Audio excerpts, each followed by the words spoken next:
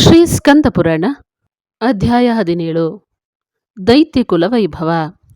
ಸೃಷ್ಟಿ ಸ್ಥಿತಿ ಲಯಗಳ ಕರ್ತನಾದ ಸರ್ವಲೋಕಸ್ವಾಮಿಯೇ, ನೀನರಿಯದುದು ಯಾವುದಿದೆ? ಏನೋ ಲೋಕ ಕಲ್ಯಾಣ ಲೀಲೆಯ ಕಾರಣವಾಗಿ ನನ್ನಿಂದ ಈ ದೈತ್ಯಕುಲ ಕಥನವನ್ನು ಕೇಳಲು ಮನಸ್ಸು ಮಾಡಿರುವೆ. ನಿನ್ನ ಅನುಜ್ಞೆಯಂತೆ ನಿನ್ನ ಸನ್ನಿಧಿಯಲ್ಲಿ ಸಕಲ ದೇವತೆಗಳೆಲ್ಲ ಅರಿತುಕೊಳ್ಳುವಂತೆ ದೈತ್ಯಕುಲ ಕಥನವನ್ನು ವಿಶದೀಕರಿಸುವೆನು, ಲಾಲಿಸಬೇಕು. ಬ್ರಹ್ಮನ ಮಾನಸಪುತ್ರರಾದ ಕಶ್ಯಪ ಋಷಿಗಳು ಜಿತಕ್ರೋಧರು, ಸತ್ಯವಾಕ್ಯರು, ಧರ್ಮತತ್ಪರರೂ ಆದ ಮುನಿಶ್ರೇಷ್ಠರಷ್ಟೇ. ದಿತಿಯು ಆ ಶ್ರೇಷ್ಠ ಋಷಿಗಳ ಧರ್ಮಪತ್ನಿ. ಇವರೀರ್ವರ ದಾಂಪತ್ಯದ ಫಲವಾಗಿ 60 ಕೋಟಿ ದೈತ್ಯರು ಜನಿಸಿದರು. ಪ್ರಬಲರಾದ ಅವರೆಲ್ಲರಿಗೆ ಅಸುರೇಂದ್ರನೆಂಬುವನು ಬಲಶಾಲಿಯಾದ ದಾನವರ ಅಧಿಪತಿಯಾಗಿದ್ದನು. ಆತನ ಪತ್ನಿಯಾದ ಮಂಗಕೇಶಿನಿ ಎಂಬುವಳು ಅನುಪಮ ಸುಂದರಿಯಾದ ಸುರಸಿ ಎಂಬ ಕನ್ಯೆಗೆ ಜನ್ಮವಿತ್ತಳು. ಅವಳು ಪ್ರಾಪ್ತ ವಯಸ್ಕಳಾದೊಡನೆ ತಂದೆ ತಾಯಿಗಳ ಅನುಜ್ಞೆಯಂತೆ ವಿದ್ಯಾರ್ಜನೆಗಾಗಿ ದೈತ್ಯಗುರು ಶುಕ್ರಾಚಾರ್ಯರಲ್ಲಿಗೆ ತೆರಳಿದಳು. ಅವರು ಅವಳ ಅನುಪಮ ಸೌಂದರ್ಯಕ್ಕೆ ಬೆರಗಾಗಿ ಮೆಚ್ಚಿದರು. ಇದೇ ಸಂದರ್ಭದಲ್ಲಿ ದೈವ ಪ್ರೇರಣೆಯಿಂದ ದೇವತೆಗಳ ಸಮೃದ್ಧಿ, ದಾರುಣವಾದ ದೈತ್ಯಕ್ಷಯ ಇವೆರಡೂ ಅವರಿಗೆ ಒಮ್ಮೆಲೆ ಸ್ಮರಣೆಗೆ ಬಂದು ಕಣ್ಣಿಗೆ ಕಟ್ಟಿದಂತಾದವು. ಹಿಂದೊಮ್ಮೆ ದಕ್ಷಾಧ್ವರನಾಶ ಪ್ರಸಂಗದಲ್ಲಿ ನಂದೀಶನು ದೇವತೆಗಳಿಗೆತ್ತ ಶಾಪಾನುಸಾರ ತ್ರಿದಶರಿಗೆ ಸಂಪತ್ತಿನ ನಾಶವು, ದೈತ್ಯರಿಗೆ ಉತ್ತರೋತ್ತರ ಅಭಿವೃದ್ಧಿಯೂ ಉಂಟಾಗಲಿದೆ ಎಂಬ ವಿಷಯವು ಒಮ್ಮೆಲೆ ಬೆಳಗಿತು. ಧೂರ್ತರಾದ ಅಂದರೆ ಮುತ್ಸದ್ದಿಗಳಾದ ಶುಕ್ರಾಚಾರ್ಯರು ಈ ಕುಶಾಗ್ರ ಬುದ್ಧಿಯ ಸುಂದರ ಕನ್ಯೆಯನ್ನು ದಾನವರ ಏಳಿಗೆಗೂ ದಿವಿಜರ ವಿನಾಶಕ್ಕೂ ಏಕೆ ಉಪಯೋಗಿಸಿಕೊಳ್ಳಬಾರದು ಎಂದು ಯೋಚಿಸಿ ಆ ಉದ್ದೇಶಕ್ಕನುಗುಣವಾಗಿಯೇ ಅವಳನ್ನು ಶಿಷ್ಯಳನ್ನಾಗಿ ಪರಿಗ್ರಹಿಸಿ ಅವಳನ್ನು ನಾನಾ ವಿದ್ಯೆಗಳಲ್ಲಿ ಪಾರಂಗತಳನ್ನಾಗಿ ಮಾಡಿದರು. ನಂತರ ಸಕಲ ವಿದ್ಯಾ ಪಾರಂಗತಳಾದ ಅವಳಿಗೆ ಶುಕ್ರಾಚಾರ್ಯರು ಮಾಯಾದೇವಿ ಎಂದು ಪುನರ್ನವೀನ ನಾಮಕರಣವನ್ನು ಮಾಡಿದರು. ಒಂದು ದಿನ ಗುರುಗಳಾದ ಶುಕ್ರಾಚಾರ್ಯರು ಮಾಯಾದೇವಿಯನ್ನು ಹತ್ತಿರ ಕರೆದು, ಎಲ್ಲೋ ವತ್ಸೆ, ನಿನಗೆ ಈಗಾಗಲೇ ತಿಳಿದಿರುವಂತೆ ದೇವತೆಗಳಿಂದಲೂ ಋಷಿಗಳಿಂದಲೂ ದಾನವ ಕುಲವು ವಿನಾಶವನ್ನೈದುವ ಕಾಲ ಇನ್ನೇನೂ ದೂರವಿಲ್ಲ. ನಿನ್ನಿಂದ ದೈತ್ಯಕುಲ ರಕ್ಷಣೆ ಸಾಧ್ಯವಿದೆ ಎಂಬ ಆಸೆ ನನಗಿದೆ. ಆದ್ದರಿಂದ ನೀನು ಕಶ್ಯಪ ಋಷಿಗಳನ್ನು ವಿವಾಹವಾಗಿ ಅವರಿಂದ ಅಸಮ ಪರಾಕ್ರಮಿಗಳಾದ ಶೂರ ದೈತ್ಯರನ್ನು ಪಡೆ. ಆ ಪರಾಕ್ರಮಿಗಳಾದ ದೈತ್ಯರು ದೇವತೆಗಳನ್ನು ಸಂಹರಿಸಲಿ. ದೈತ್ಯರಿಗೆ ಅಬಾಧಿತವಾದ ರಕ್ಷಣೆಯೂ ವೈಭವವೂ ದೊರೆಯಲಿ ಎಂದು ನಿರ್ದೇಶಿಸಿ ಆಶೀರ್ವದಿಸಿ ಕಳಿಸಿಕೊಟ್ಟರು. ಅವಳು ಗುರುವಾಜ್ಞೆಯನ್ನು ಶಿರದಲ್ಲಾಂತು ಗುರುಗಳನ್ನು ಬೀಳ್ಕೊಂಡು ತನ್ನ ತಂದೆಯಾದ ಅಸುರೇಂದ್ರನಲ್ಲಿಗೆ ಬಂದು ನಮಸ್ಕರಿಸಿ ಸಾಧ್ಯಂತ ಸಂಗತಿಯನ್ನು ನಿವೇದಿಸಿದಳು. ಮತ್ತು ಗುರುಗಳಾದ ಶುಕ್ರಾಚಾರ್ಯರು ತನಗೆ ನಿರ್ದೇಶಿಸಿದ ಕಾರ್ಯವನ್ನು ತಿಳಿಸಿದಳು. ಆಗ ಆ ದೈತ್ಯೇಂದ್ರನು ಗುರುಗಳ ಆದೇಶದಂತೆ ನಡೆದುಕೊಳ್ಳಲು ಅನುಮತಿಸಿ ಆಶೀರ್ವದಿಸಿ ಮಗಳನ್ನು ಬೀಳ್ಕೊಟ್ಟನು. ಅನುಪಮ ಸುಂದರಿಯಾದ ಮಾಯಾದೇವಿಯು ತಂದೆಯ ಅನುಜ್ಞೆಯನ್ನು ಪಡೆದು ಮಾರ್ಗದಲ್ಲಿ ಬರುತ್ತಿರುವಾಗ ಸಾಕ್ಷಾತ್ ಮಾಯೆ ಎಂಬಂತೆ ಕಂಡವರೆಲ್ಲರನ್ನೂ ಮೋಹಾಸಕ್ತರನ್ನಾಗಿ ಮಾಡುತ್ತಾ ಬರುತ್ತಿದ್ದಳು. ಅವಳು ಕಶ್ಯಪ ಋಷಿಗಳ ತಪೋವನ ಪ್ರದೇಶಕ್ಕೆ ಬಂದವಳೆ ತನ್ನ ಮಾಯಾ ಪ್ರಭಾವದಿಂದ ಫಲ ಪುಷ್ಪಭರಿತವಾದ ವೃಕ್ಷರಾಜಿಯಿಂದಲೂ ಚಿತ್ರ ವಿಚಿತ್ರ ಮನೋಹರ ಮಂಟಪಗಳಿಂದಲೂ ವಾಪಿ, ತಟಾಕ, ಸರೋವರ ಮೊದಲಾದ ಪ್ರಸನ್ನ ಜಲಾಶಯಗಳಿಂದಲೂ ಸುಂದರವಾದ ಉದ್ಯಾನವನವನ್ನು ಕ್ಷಣ ಮಾತ್ರದಲ್ಲಿ ನಿರ್ಮಿಸಿ ಮಾನವ ಕುಲಕ್ಕೆ ಬಯಕೆ ತಾನಾಗಿ ಪ್ರಬಲವಾಗುವಂತೆ ಮಾಡಿದಳು. ಇದನ್ನು ಕಂಡು ಅಚ್ಚರಿಗೊಂಡ ಕಶ್ಯಪ ಋಷಿಗಳು, ಆಹಾ, ಇದೇನು ಆಶ್ಚರ್ಯವು! ಒಂದು ಕ್ಷಣದಲ್ಲಿ ಅಂಥ ಸುಂದರ ಉದ್ಯಾನವು ಸೃಷ್ಟಿಸಲ್ಪಟ್ಟಿದೆಯಲ್ಲ. ತ್ರಿಮೂರ್ತಿಗಳೇನಾದರೂ ಈ ಚೆಲುವಾದ ಬನವನ್ನು ನಿರ್ಮಿಸಿದರೆ, ಇಲ್ಲವಾದಲ್ಲಿ ಮತ್ತಾರಿರಬಹುದು?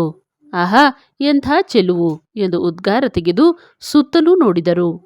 ಮತ್ತು ಅನತಿ ದೂರದಲ್ಲಿರುವ ಪರ್ವತ ಶಿಖರದ ಮೇಲೆ ಶಿಲಾಸನಾಸೀನಳಾದ ಮನ್ಮಥನ ನಿಧಿಯಂತಿದ್ದ ಕಡು ಚೆಲುವೆ ಮಾಯಾದೇವಿಯ ಬಳಿಗೆ ಧಾವಿಸಿ ಬಂದರು. ಎಲ್ಲೋ ಸರ್ವಾಂಗ ಸುಂದರಿಯೇ, ನೀನಾರ ಮಗಳು? ಏಕಾಂಗಿಯಾಗಿ ಇಂತು ಏಕಿರುವೆ? ನೀನೆಲ್ಲಿ ವಾಸಿಸುವೆ? ನೀನೀಗ ಯಾವ ಕಾರ್ಯದಲ್ಲಿ ತತ್ಪರಳಾಗಿರುವೆ ಎಂದು ಕಶ್ಯಪ ಋಷಿಗಳು ಆತುರದ ಪ್ರಶ್ನೆಗಳ ಸುರಿಮಳೆಯನ್ನೇ ಆ ಮಾಯಾದೇವಿಯ ಮೇಲೆ ಸುರಿಸಿದರು. ಮಂದಸ್ಮಿತೆಯಾದ ಮಾಯಾದೇವಿಯು ಸಾವಧಾನವಾಗಿ ಕಿವಿಗಿಂಪಾದ ದನಿಯಲ್ಲಿ, ಎಲೈ ಋಷಿಯೇ, ನಾನು ತಪೋನಿರತೆಯೂ ಏಕಾಕಿನಿಯೂ ಆದ ಒಬ್ಬ ತರುಣ ತಪಸ್ವಿನಿ. ತಪಸ್ವಿಗಳಿಗೆ ಹೀಗಿರುವುದೇ ಯೋಗ್ಯವಷ್ಟೇ. ಮೇರು ಪರ್ವತ ವಾಸಿನಿಯಾದ ನಾನು ಅಲ್ಲಿಂದ ಗಂಗಾ ಸ್ನಾನಾರ್ಥವಾಗಿ ತೆರಳುತ್ತಲಿರುವೆನು. ನಿನ್ನೊಡನೆ ನನಗೆ ಯಾವ ಹೆಚ್ಚಿನ ಮಾತಾಡುವ ಅವಶ್ಯಕತೆ ಏನೂ ಇಲ್ಲ ಎಂದು ಸಂಕ್ಷಿಪ್ತವಾಗಿ ನಿರ್ದಾಕ್ಷಿಣ್ಯವಾಗಿ ಉತ್ತರಿಸಿದಳು. ಆಗ ಅತ್ಯಂತ ಮೋಹಾಂಧರಾದ ಕಶ್ಯಪ ಋಷಿಗಳು ವಿಶೇಷ ಕಳವಳದಿಂದ, ಎಲೋ ವರಾಂಗಿಯೇ, ಬರೀ ಗಂಗೆಯೊಂದೇ ಏಕೆ? ಮಹತ್ತರವಾದ ಮಹಾದೇವನ ಕ್ಷೇತ್ರ ಸ್ಥಾನಗಳು, ಮಹಾತೀರ್ಥಗಳು, ಅಮರತ್ವವನ್ನೀವ ಅದ್ಭುತ ಸಾಮರ್ಥ್ಯವುಳ್ಳ ಅಮೃತವು ನಿನ್ನ ಸಾನ್ನಿಧ್ಯದಲ್ಲಿ ಉಪಸ್ಥಿತವಾಗುವಂತೆ ನಾನು ಮಾಡಬಲ್ಲೆ. ನಿನಗೆ ದೇವತಾಸ್ತ್ರೀಯರನ್ನು ಪರಿಚಾರಿಕೆಯರನ್ನಾಗಿ ನಿಯೋಜಿಸುತ್ತೇನೆ. ನಿನ್ನ ಗರ್ಭದಲ್ಲಿ ಮಹಾಪರಾಕ್ರಮಿಗಳಾದ ಸುತರು ಜನಿಸುವಂತೆ ವಚನ ಕೊಡುತ್ತೇನೆ. ದೇವಿ, ದಯವಿಟ್ಟು ನನ್ನನ್ನು ಮನೋಹರವಾದ ರಹಸ್ಯ ಸ್ಥಾನದಲ್ಲಿ ಅಂಗೀಕರಿಸು ಎಂದು ದೈನ್ಯದಿಂದ ಆ ಚೆಲುವೆಯನ್ನು ಪ್ರಾರ್ಥಿಸಿದನು. ಆಗ ಆ ವಿಚಕ್ಷಣೆಯಾದ ಮಾಯಾದೇವಿಯು ತನ್ನ ಮನೋರಥವು ಸುಲಭವಾಗಿ ಈಡೇರುತ್ತಿರುವುದನ್ನು ಕಂಡು ಮನದಲ್ಲಿ ಹರ್ಷಿಸಿ ಮುಗುಳ್ನಗೆ ನಗುತ್ತಾ, ಎಲೈ ಕಶ್ಯಪ ಋಷಿಯೇ, ಈಗ ನಾನು ನನ್ನ ಅದ್ಭುತ ಸಾಮರ್ಥ್ಯದಿಂದ ಯಾವ ಯಾವ ರೂಪಗಳನ್ನು ಧರಿಸುವೆನೋ ಆ ರೂಪಗಳನ್ನು ಧರಿಸಬಲ್ಲವನಾಗಿ ಆಯಾ ವರ್ಗದ ಗಂಡು ರೂಪದಿಂದಲೇ ನನ್ನೊಡನೆ ರಮಿಸುವವನಾಗು ಎಂದು ಉತ್ತರಿಸಿದಳು. ಅವಳ ಮಾತಿಗೆ ಕಶ್ಯಪರು ಒಪ್ಪಿದರು. ತಪೋ ಸಾಮರ್ಥ್ಯವುಳ್ಳವರಿಗೆ ಅಸಾಧ್ಯವಾವುದು. ಅಂದು ರಾತ್ರಿ ಪ್ರಥಮ ಯಾಮದಲ್ಲಿ ವಿಜನವಾದ ಸುಂದರ ಮಂಟಪದಲ್ಲಿ ಅವರೀರ್ವರು ರಮಿಸಲು ದುರ್ಹತನಾದ ದೈತ್ಯಶ್ರೇಷ್ಠ ಶೂರಪದ್ಮನು ಉದಿಸಿದನು. ಅವರ ಸ್ವೇದು ಬಿಂದುಗಳಿಂದ 30,000 ದೈತ್ಯವಾಹಿನಿಗಳು ಹುಟ್ಟಿದವು. ಮರಳಿ ಅವರು ದ್ವಿತೀಯ ಯಾಮದಲ್ಲಿ ಸಿಂಹಣಿಯರಾಗಿ ಕ್ರೀಡಿಸಲು ಅದಮ್ಯ ಶೂರನಾದ ಸಿಂಹವಕ್ತ್ರನು ಅವರ ಸ್ವೇದ ಬಿಂದುಗಳಿಂದ ಅರಿಘಾತಕರಾದ 40,000 ಶೂರ ದೈತ್ಯರು ಉದಿಸಿದರು. ರಜನಿಯ ತೃತೀಯ ಯಾಮದಲ್ಲಿ ಅವರೀರ್ವರು ಗಜರೂಪಗಳನ್ನು ಧರಿಸಿ ಕ್ರೀಡಿಸಲು ಗಜಮುಖನು, ದೇವತೆಗಳಿಗೆ ಸಿಂಹಸ್ವಪ್ನನು, ಅತಿಶಯ ಶೂರನೂ ಆದ ತಾರಕಾಸುರನು ಅವರ ಸ್ವೇದ ಬಿಂದುಗಳಿಂದ ಗಜಮುಖವುಳ್ಳ 40,000 ದೈತ್ಯವೀರರು ಜನಿಸಿದರು.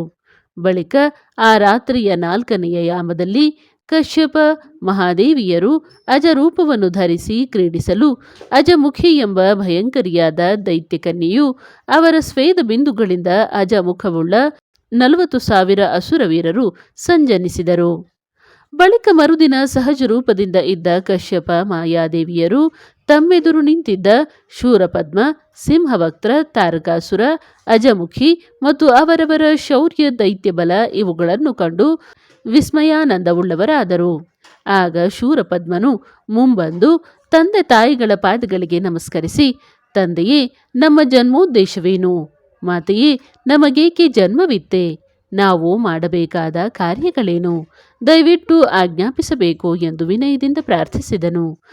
ಆಗ ಕಶ್ಯಪ ಋಷಿಗಳು ಮಕ್ಕಳನ್ನುದ್ದೇಶಿಸಿ, ಎಲೈ ಮಕ್ಕಳೇ, ನೀವೆಲ್ಲರೂ ಜಿತೇಂದ್ರಿಯರಾಗಿ ಸದ್ಧರ್ಮಿಗಳಾಗಿ ತ್ರಿಪದಾರ್ಥ ಜ್ಞಾನವನ್ನು ಸಂಪಾದಿಸಿದವರಾಗಿ ತಪಸ್ಸನ್ನೆಸಗಿ ಶಿವಾನುಗ್ರಹ ಪಡೆಯಬೇಕು. ಅದರಿಂದಲೇ ಇಹ ಪರಗಳಲ್ಲಿ ಸಿದ್ಧಿ ಉಂಟಾಗುವುದು. ಹರಿಬ್ರಹ್ಮೇಂದ್ರಾದಿಗಳು ಶಿವಾನುಗ್ರಹದಿಂದಲೇ ತಮ್ಮ ತಮ್ಮ ಸ್ಥಾನಗಳನ್ನು ಪಡೆದರು. ಋಷಿಗಳು ಅತ್ಯಂತ ಕಠಿಣ ತಪಸ್ಸುಗಳನ್ನು ಆಚರಿಸಿ ಶಿವಾನುಗ್ರಹ ಪಡೆದು ಇಹ ಪರಗಳಲ್ಲಿ ದೃಢವಾದ ಅಭೀಷ್ಟವನ್ನು ಹೊಂದಿದವರಾಗಿದ್ದಾರೆ. ನೀವಾದರೂ ತಪೋನಿರತರಾಗಿ ಶಿವಾನುಗ್ರಹ ಪಡೆದು ಇಹ ಪರಗಳಲ್ಲಿ ಭುಕ್ತಿ ಮುಕ್ತಿಯನ್ನು ಸಾಧಿಸಿ ಎಂದು ಬೋಧಿಸಿದರು. ನಂತರ ಮಾಯಾದೇವಿಯು ಮಕ್ಕಳನ್ನು ಕುರಿತು, ಎಲೋ ಪುತ್ರರೇ, ಈವರೆಗೆ ನಿಮ್ಮ ತಂದೆ ಕಶ್ಯಪ ಋಷಿಗಳು ಹೇಳಿದ ವಿಚಾರಗಳು ಮಹಾಯೋಗಿಗಳಿಗೆ ಮಾತ್ರ ಯೋಗ್ಯವಾಗಿದೆ. ಆದರೆ ಮಕ್ಕಳೇ, ನಿಮ್ಮ ಜೀವಿತದ ಉದ್ದೇಶವು ಇದಲ್ಲ. ನಿಮ್ಮ ಜೀವನದುದ್ದಕ್ಕೂ ಐಶ್ವರ್ಯ, ಶೌರ್ಯ, ಆಯುಷ್ಯ, ಯಶ, ಪ್ರಭುತ್ವ, ಪೌರುಷ ಎಂಬಿವುಗಳನ್ನು ನೀವು ಸಂಪಾದಿಸುತ್ತಲೇ ಹೋಗಬೇಕು. ಆದ್ದರಿಂದ ನಾನು ಹೇಳುವುದನ್ನು ಲಕ್ಷ್ಯಗೊಟ್ಟು ಕೇಳುತ್ತಾ ಅದನ್ನು ಅನುಷ್ಠಾನದಲ್ಲಿ ತರಲು ವಿಶ್ವ ಪ್ರಯತ್ನ ಮಾಡಿರಿ. ಈ ಭೂಭಾಗದ ಉತ್ತರಕ್ಕೆ ವಟದ್ವೀಪವೆಂಬ ಮಹಾಕ್ಷೇತ್ರವಿದೆ. ನೀವು ಅಲ್ಲಿಗೆ ಹೋಗಿ ಮಹಾದೇವನ ಪ್ರೀತ್ಯರ್ಥವಾಗಿ ವೀರಯಾಗವನ್ನು ಕೈಕೊಳ್ಳಿರಿ. ಆ ಯಾಗಕ್ಕೆ ಬೇಕಾಗುವ ಮುಖ್ಯ ದ್ರವ್ಯಗಳನ್ನು ನಾನು ಒದಗಿಸುತ್ತೇನೆ. ಆ ಯಜ್ಞದಿಂದ ಗೌರೀಶನನ್ನು ಪ್ರಸನ್ನೀಕರಿಸಿಕೊಂಡು ನಿಮ್ಮ ಉದ್ದೇಶವನ್ನು ಸಾಧಿಸಿಕೊಳ್ಳಿರಿ ಎಂದು ಹೇಳಿ ತಂತ್ರಭೇದಗಳನ್ನು, ಮಂತ್ರಗಳನ್ನು, ಯಾಗ ವಿಧಿಗಳನ್ನು ಉಪದೇಶಿಸಿದಳು. ನಂತರ ಶೂರಪದ್ಮನೇ ಮೊದಲಾದ ದೈತ್ಯರು ತಂದೆ ತಾಯಿಗಳನ್ನು ಬೀಳ್ಕೊಂಡು ಅಲ್ಲಿಂದ ಹೊರಟರು. ಬಳಿಕ ಮಾಯಾದೇವಿಯು ಕಶ್ಯಪರನ್ನುದ್ದೇಶಿಸಿ, ಆರ್ಯರೇ, ನನ್ನ ಗುರುಗಳಾದ ಶುಕ್ರಾಚಾರ್ಯರ ಆದೇಶದಂತೆ ಕೇವಲ ಪುತ್ರಾಪೇಕ್ಷೆಯಿಂದ ನಿಮ್ಮಲ್ಲಿಗೆ ಬಂದು ನಿಮ್ಮೊಡನೆ ರಮಿಸಿ ಇಚ್ಛಿತ ಸಂತತಿಯನ್ನು ಪಡೆದದ್ದಾಯಿತು. ಇಚ್ಛಾಪೂರ್ತಿಯನ್ನು ಹೊಂದಿದ ನನಗೆ ಇನ್ನಿಲ್ಲಿ ಬೇರಾವ ಕಾರ್ಯವೂ ಇಲ್ಲ. ತಪೋನಿರತಳಾಗಲು ನಾನು ಮರಳಿ ಹೋಗುತ್ತೇನೆ.